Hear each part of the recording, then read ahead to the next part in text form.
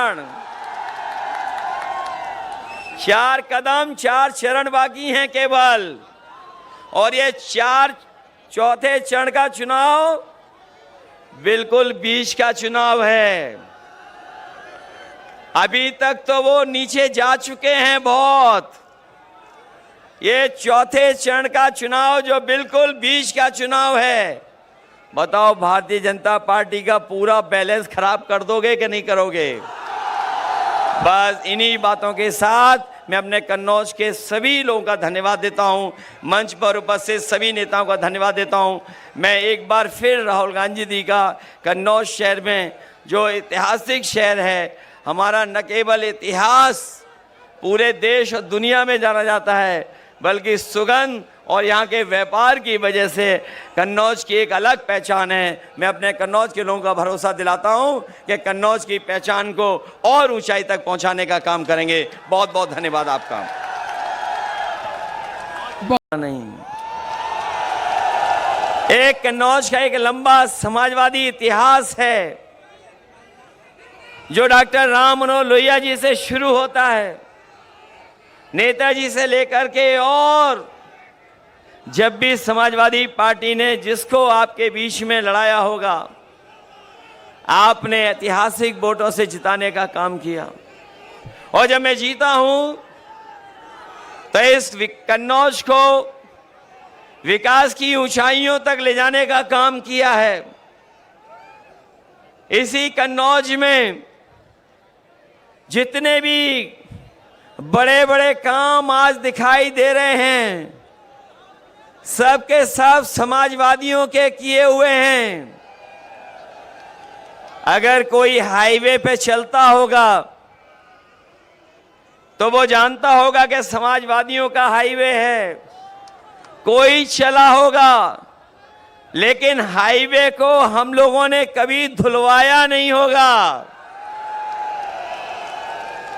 जो लोग आज के दिन जब हम याद कर रहे हैं और अपने परशुराम जयंती के दिन, अक्षय तृतीया के दिन जब ये कार्यक्रम होने जा रहा है, मुझे पूरा भरोसा है कि कन्नौज की जनता, ऐसे लोग जो हमारे और आपके बीच में दीवार बन करके खड़े हैं, समय समय पर इस समाज को तोड़ने का संदेश देते हैं, उन सबको आप धोने का काम करोगे, एक एक वोट डाल करके धोने का। अखिलेश यादव जी, अविनाश पांडे जी, प्रमोद तिवारी जी, संजय सिंह जी, कलीम खान जी, दिनेश पालीवाल जी, अंशुल त्रिपाठी जी, कल्याण सिंह जी, रेखा वर्मा जी, अनिल पाल जी, मनोज दीक्षित जी, स्टेज पे इंडिया गठबंधन के वरिष्ठ नेता, इंडिया गठबंधन के प्यारे कार्यकर्ता बब्बर शेर,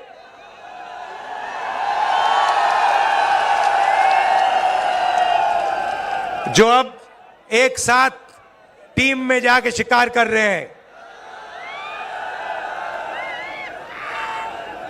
प्रेस के हमारे मित्रों, कहना पड़ता है मगर ये हमारे मित्र नहीं है, ये मोदी जी के मित्र हैं।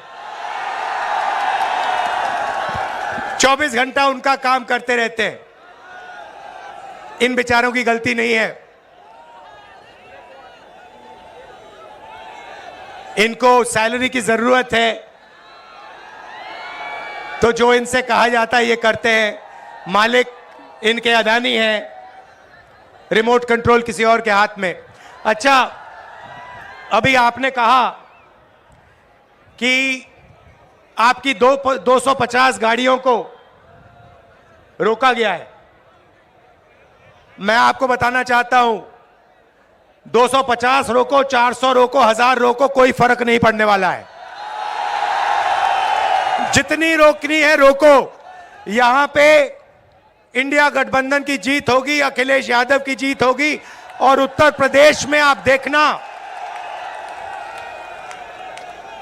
मैं आपको लिख के दे रहा हूं, उत्तर प्रदेश में इंडिया गठबंधन का तूफान आ रहा है। आप लिख के ले लो, यहां पे बीजेपी की सबसे बड़ी, देश में सबसे बड़ी हार उत्तर प्रदेश में होने जा रही है। लिख के ले लो। क्यों? क्योंकि देश को उत्तर प्रदेश रास्ता दिखाता है और उत्तर प्रदेश ने मन बना लिया है कि उत्तर प्रदेश में बदलाव होना है और हिंदुस्तान में बदलाव होना है। इसीलिए डिसीजन भाइयों और बहनों ले लिया गया है, जनता ने मन बना लिया है। आपने देखा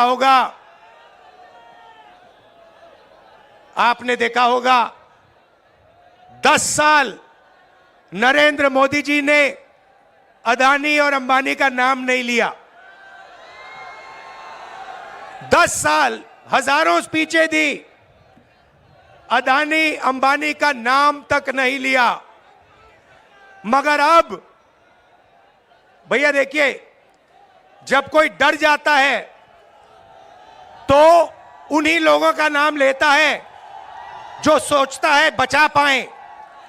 इसीलिए नरेंद्र मोदी जी ने अपने 2 मित्रों का नाम ले लिया कि भैया मुझे आके बचाओ, इंडिया गठबंधन ने मुझे घेर लिया है, मैं हार रहा हूं, मुझे बचाओ, अदानी अंबानी जी मुझे बचाओ। इसीलिए नरेंद्र मोदी जी ने नाम लिया।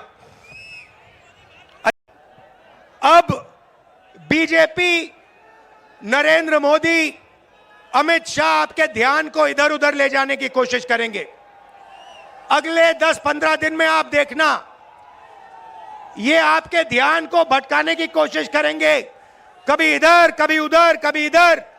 आपको भटकना नहीं है। हिंदुस्तान के चुनाव में एक ही मुद्दा है, उस मुद्दे से सारे के सारे मुद्दे निकलते हैं। मुद्दा भाइयों और बहनों यह है हिंदुस्तान का संविधान। ये जो है, इस किताब ने हिंदुस्तान के गरीबों को, पिछड़ों को, दलितों को, आदिवासियों को, किसानों को, मजदूरों को, छोटे व्यापारियों को अधिकार दिया है। जो भी आपको मिला है, चाहे वो वोट हो, चाहे वो रिजर्वेशन हो, चाहे वो पब्लिक सेक्टर हो, नौकरी हो, जमीन हो, जो भी आपको हक मिले हैं, इस किताब ने आपको हक दिए हैं। ये गांधी जी और अंबेडकर जी की देन है। और बीजेपी ने मन बना लिया है कि अगर वो चुनाव जीते तो वो इस कॉन्स्टिट्यूशन को, संविधान को रद्द करने जा रहे हैं। और मैंने और अखिलेश जी ने निर्णय ले लिया है कि इस किताब को बीजेपी छोड़ो, दुनिया की कोई भी शक्ति नहीं छू सकती है। क्योंकि इस किताब में हिंदुस्तान के गरीब लोगों की आत्मा है, भावनाएं हैं, भविष्य है, विकास है। नरेंद्र मोदी जी 22 लोगों के लिए काम करते हैं। भाइयों और बहनों, 22 लोगों का उन्होंने 16 लाख करोड़ रुपया कर्जा माफ किया है। 16 लाख करोड़ रुपया मतलब 24 साल का मनरेगा का पैसा नरेंद्र मोदी जी ने 22 लोगों को दिया है। भाइयों और बहनों, मैं आपसे पूछना चाहता हूं, आपका नरेंद्र मोदी जी ने कितना कर्जा माफ किया है? किसानों का नहीं किया, मजदूरों का नहीं किया, बेरोजगार युवाओं का नहीं किया, 22 लोगों का किया। हालत यह है कि 22 लोगों के पास उतना धन है जितना 70 करोड़ लोगों के पास है। आप सोचिए, स्टेज में पहली लाइन में तकरीबन 22 लोग बैठे हैं। हिंदुस्तान में ऐसे 22 लोग हैं जिनके पास उतना ही धन है जितना 70 करोड़ हिंदुस्तानियों के पास है। यह है नरेंद्र मोदी जी का काम। तो हमने निर्णय ले लिया है, कांग्रेस पार्टी ने, इंडिया गठबंधन ने, कि अगर वो 22 अरबपति बना सकते हैं तो हम करोड़ों लाखपति भी बना सकते हैं। भाई और बहनों, गरीब परिवारों की लिस्ट बनेगी। उसमें दलित, आदिवासी, पिछड़े, गरीब, जनरल कास्ट, माइनॉरिटी, सारे के सारे गरीब परिवारों की लिस्ट बनेगी। पूरे हिंदुस्तान की लिस्ट बनेगी। जो मैं आपसे कहने जा रहा हूं, यह काम किसी भी सरकार ने, दुनिया की किसी भी सरकार ने नहीं किया है। सारे गरीबों की लिस्ट बनेगी। हर परिवार में से एक महिला का नाम चुना जाएगा और उस महिला के बैंक अकाउंट में साल के 1 लाख रुपए डाल दिए जाएंगे। पार 400 पार 400 पार। हमने कहा इन चक्करों में मत पड़ना। ये मोदी जी का जुमला है। गए थे बंगाल में, बोले 200 पार 200 पार 200 पार, आई 73 सीट। गए झारखंड में, बोले 65 पार 65 पार 65 पार, आई 23 सीट। गए हरियाणा में, बोले 75 पार 75 पार 75 पार, आई 40 सीट। गए महाराष्ट्र में, कहने लगे 150 पार 150 पार 150 पार, आई 105 सीट। गए कर्नाटक में, कहने लगे 130 पार 130 पार 130 पार, आई 65 सीट। गए दिल्ली में, कहने लगे 45 पार 45 पार 45 पार, आई 8 सीट। गए मिजोरम में, कहने लगे 21 पार 21 पार 21 पार, आई 1 सीट। अब कह रहे हैं 400 पार 400 पार 400 पार। जनता करिए तड़ी पार तड़ी पार तड़ी पार। तड़ी पार करना है ना। राहुल गांधी जी लगातार अडानी अंबानी के खिलाफ बोल रहे थे। 10 साल में मोदी जी को अडानी अंबानी का नाम नहीं याद आया। चुनाव में अब कह रहे हैं अडानी के खिलाफ नहीं बोलते, अंबानी के खिलाफ नहीं बोलते। अरे मोदी जी, अगर आपको टेम्पू का नंबर मालूम है तो ईडी सीबीआई भेजो, अडानी अंबानी को गिरफ्तार करो। करो गिरफ्तार, उनको करो गिरफ्तार। इसलिए इस जुमले में नहीं फंसना है। अंतिम बात कह के मैं अपनी बात को खत्म करूंगा। साथियों और दोस्तों, अखिलेश यादव जी ने उत्तर प्रदेश के विकास के जो काम किए, उसके फीते आज तक काटे जा रहे हैं। उसके फीते आज तक काटे जा रहे हैं।